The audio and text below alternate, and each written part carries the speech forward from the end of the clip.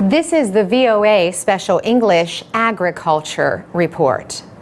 South America's Amazon is the largest tropical rainforest and river system on Earth.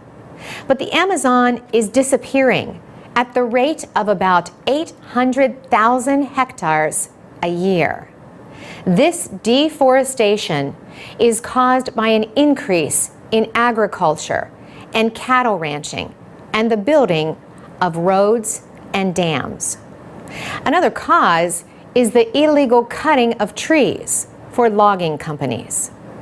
Now, a new study says ancient Amazonian farming methods could offer valuable lessons for today. The study looks at the pre-Columbian period. Christopher Columbus and other European explorers began arriving in the Americas in the late 1400s. The researchers studied a coastal wetland area where ancient farm beds and canals remain unchanged. The site is in French Guiana. A widely held belief is that pre-Columbian farmers used a great deal of fire to manage Amazonian ecosystems. But the scientists say their study calls this idea into question. It shows that raised field farmers limited their burning to improve agricultural production. Jose Iriarte from the University of Exeter in England was the lead author of the study. Mr. Iriarte says fire results in the loss of important nutrients for crops. When land is not being used for farming, periods without fire are the most effective in rebuilding soil organic matter and preserving soil structure.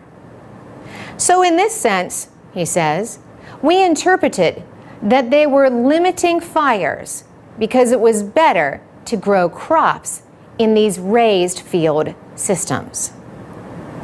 He says this fire-free method by the pre-Columbian farmers helped change the seasonally flooded savanna or grassland into productive cropland.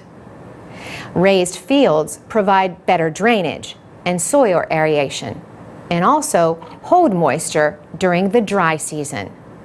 This fire-free method of agriculture would have been labor-intensive. It ended when up to 95% of the native people died from diseases brought by the Europeans. Mitchell Power from the Natural History Museum at the University of Utah says, once the Columbian encounter happens, we start to see increased burning and a shift towards dry land farming.